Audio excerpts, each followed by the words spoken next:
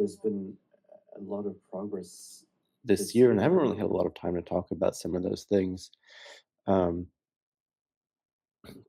kind of uh, from just as a very brief overview without going into depth on anything. In terms of like old, uh, old, I'm gonna say old magic. In terms of much older ties that go back years and years.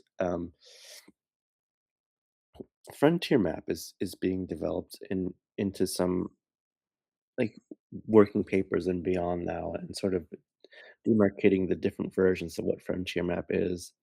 Um, and it's nice because sort of it's related to um, it's not there hasn't really been a full release of, let's say, the JoPro Futurist Center, but as I'm developing that, a part of the suite of things that we're working on are basically frontier map, um, and a lot of these associated projects around like comprehending. One of them is sort of organization, like almost meta science or meta science and organizations of like the landscape of certain groups that are dealing in sort of what their schools of thoughts are about how fields are emerging. Let's say um, there's a project around um, um, for a long time. Bradley and I have had conversations around um, more how to encourage more synthetic time, either in academic conferences or at events or whatever. This sort of time where not just people come and point their, oh, here's my idea, here's what we're working on. That's great. Answer the questions and go on. But something that's integrative for the community, or and how things are spoken about. So part of that, there's a component to that I'm working on that's sort of around um, something along the lines of demarcating the problem space, or demarcating the domain of the discussion, or of what's being said, in terms of, especially for like relevant for interdisciplinary discussion. Um, I'm being a little hesitant in how I word that because um, there's a working title for that. So frontier map, the landscape, the problem space project. Um, those are those are in development.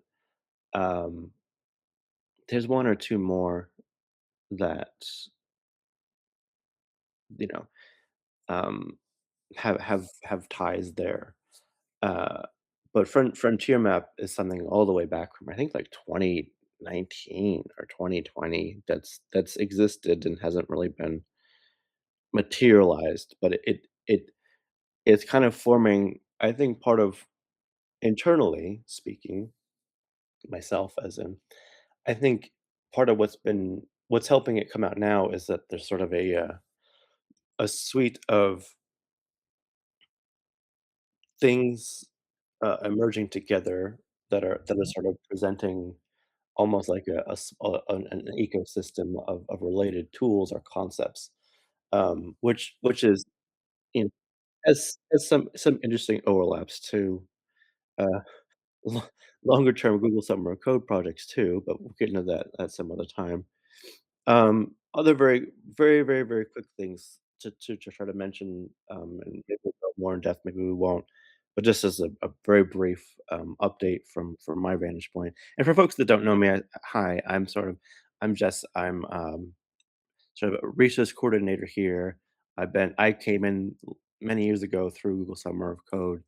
Um, I stayed with the program to develop some ideas, and then Bradley sort of let me um, make things like Cognition Futures, which is sort of a working group that has sort of crested a little bit over time.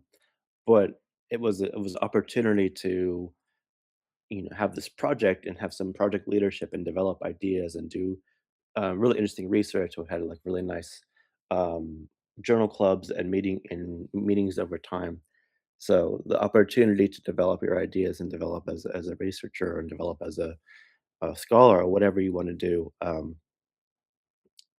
that's been very good for me over the years. And I've since made other organizations and done things that are spin-offs and downstream of that. So I'm someone who has a lot of that kind of history and has come up through some of orthogonal lab that way. Um, I'm currently doing things with a group that I basically founded called JoPro, and another group that's doing some business and consulting and strategic stuff as well. Um, but for now, I will be a another with Sarah and others, a mentor for Google Summer of Code, and also if you have questions about um, some aspects of how orthogonal has worked or some context over the years of certain things or certain projects, I might be able to speak to that. So when I'm talking about things like Frontier Map, almost no one in this room will really know what that's about at much level of depth, and that's fine. You don't need to know that. That's why I kind of brought it up a little bit. I don't know, um, with the caution or sort of the way that I did. Um, So that's sort of some projects from that that area of things, sort of the I'm calling it really future center is sort of the, um, home for most of those things. In a little bit more concrete terms, some updates from other related groups, Plot Twisters is still kicking, and has done a lot over the last few months. Uh I was also attended a, um, a friend and colleague of mine who's doing something kind of similar. If Plotters is sort of designed at around sort of creating an online game world, that has deal with sort of, um, self-awareness or sort of not a therapy chatbot, but sort of, um uh, moving towards interactions and games and opportunities for a user to develop certain like intrapersonal skills or maybe things like emotional literacy adjacent or sort of kind of a basic uh, curriculum around certain intrapersonal and interpersonal uh, skills, let's say. I attended someone's thesis defense yesterday. And they're doing her name is Mona, and she's actually done a lot of things in sort of the technology and ethics space, Mona Hamdi, but she was presenting at, um, SCAD, uh, for her master's work in, um, I'm not sure what to call it quite. Um, I can't pull up the link very easily, but essentially she's working with, much more applied things in terms of uh, you know, actually it's about grieving or loss and making a similar kind of component to dealing with that or having someone reflect on that and then also building a lot of building a lot of agentic uh built she mentioned made her own card game of sorts, which is part of something in plot twisters. But then she's using a card game slash an agentic operation for that to facilitate having some of that experience of end of life palliative care things that are helping streamline that. So it's very interesting to see a different application of both um, games or cards as prompts to get kind of reflection or certain kind of interaction, which originally for Mona and also for Plotters was an actual like physical card game, and then taking that interaction that's sort of iterative and somehow internally reflective, and even also community oriented and putting it into um, a potential technical application. So there's some interesting like back in the cognition future days, we talked about phenomenology. We talked about kind of getting into that second person or like not just first person subjective, but the intermediary um, like one internal to external or internal to shared. So it's from that perspective of like phenomenology, cognition futures type stuff. It's very interesting to see these sort of dips into that space. And I'll leave it at that. Uh, there's a lot of things that are happening, and there's some Substack posts that are sort of drafted and should be written from the plot twist's perspective specifically. So that will come, and then finally, uh, oh, the Princeton Envision stuff too. Um, I will be posting a video from that. I wasn't able to attend in person, but I will be posting a video on essentially the original panel that I was attending was AI in education, and I'll have a commentary on AI in education. The rest of the panelists were mostly focused on like K through 12 education, and I have a little bit more experience in this area, the arena of sort of undergraduate and higher education type things, or college and graduate school and professional applications or whatnot. Um, so that's cool. That will come also, and then finally, there's NICWIC, which will be in Albany this year, New York Celebration of Women in Computing. That's about to happen. That's almost already here. It's hard to believe it's basically a month away now. I'll post about that in Slack. Um, I'll drop the link in the chat just so people can understand if they want to. This is stuff that most people probably won't know about or be involved in, but I'm just mentioning that it's on the radar of things like this. And then finally, probably the most uh, this is also cognition futures related, which is sort of ironic because I wasn't going to do much with that this year, but um, very briefly, I'll just go through this. Embodied intelligence. I wasn't even sure if I was going to submit to this, but I am. Um, and I don't know how much I dropped some of this on you, Bradley, or not. But essentially, let me see if I can pull up what I'm going for. I came about my submission totally through working on a bunch of other stuff. Um, but I'm going to submit it probably today. And where did it go? Um, that's so strange to me. Okay. All right, that's the second one. Here we go. So my lofty title is going to be Navigation, Affordance Perception, and the Ethics of Comprehension: Common Currencies Between Spatial and Epistemic Intelligence, which is very, very, very lofty. But um, some of the key things that they're asking for this year are the common currencies, and also ethics. And I thought, why not try to take a swing at putting those together somehow? And that's what it might. I'm gonna, it's a low barrier to entry, and it's a small talk here, but I think I'll get some very interesting feedback from the group.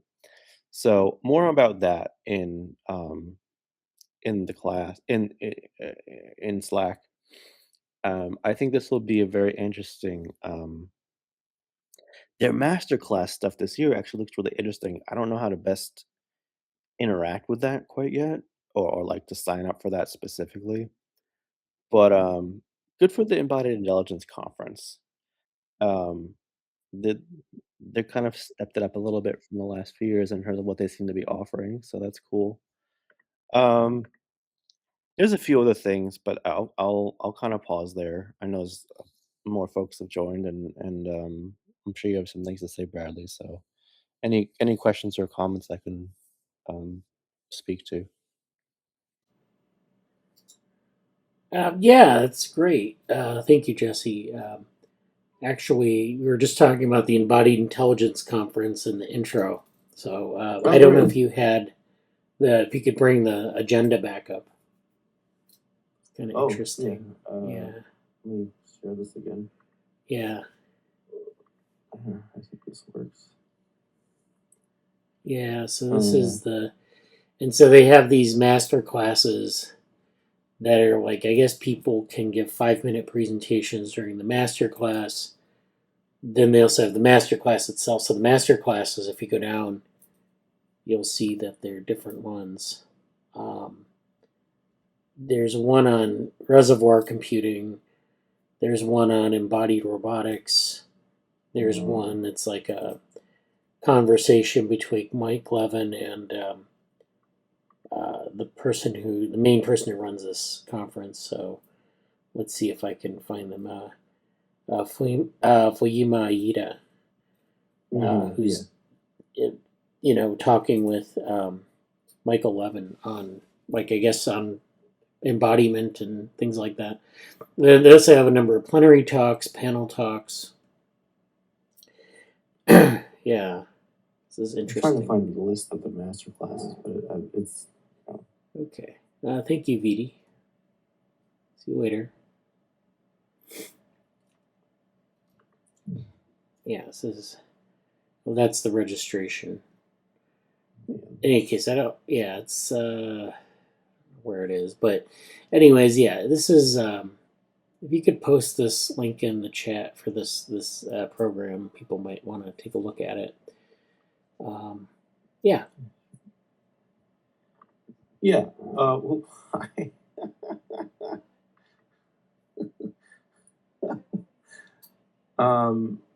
Let's see. No, I don't like. Did you mention that you're submitting to this properly? Yes. Or are you not? I thought so. I'm submitting a breakout session in a masterclass session. Okay. And are you for masterclass? Is that where you're attending it yourself, or is that where the presentation, as far as I'm aware? Okay. Yeah. Okay. Cool. I know I've seen some things, but I haven't, especially this last week and a half. I've not seen everything at all. Yeah. So, let me know if I can do anything with that. Yeah. But I will. I know it's a very busy time for everything else, but I will attempt to send you my what I'm submitting, just so you can see it there. I it's really funny because I didn't. I hadn't. I really wasn't going to submit to this, but then something came up with like, okay, like this is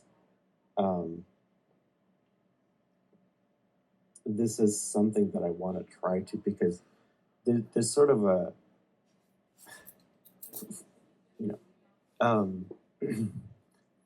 as folks may be aware of,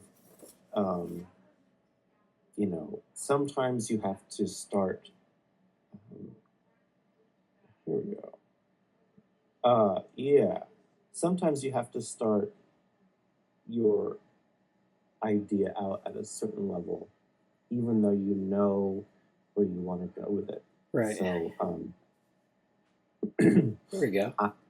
What I'd like to do with it, and there's something that I can't quite talk about yet, but I'm going to allude to, is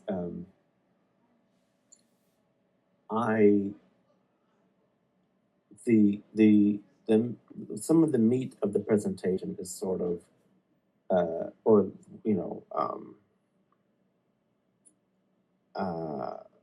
some of the thing, what is the core I really want to get at is sort of these things, and a key theme and topic for me and many friends is sort of, navigation and affordance, and sort of the navigation, affordance, and selecting alternatives, or the selection process itself, and like those, I'm looking at that from the angle of common currencies, and in this case, the ethics, because I find this to be kind of I'm really curious, and I don't even know. I don't even really even know what are the ethical questions which arise from AI or from EI, excuse me. Um, and I, I feel like that's such a. I know there are some things in that space, perhaps, but I feel like that's such a um, important, but also uh, you could take that in so many different ways in terms of you know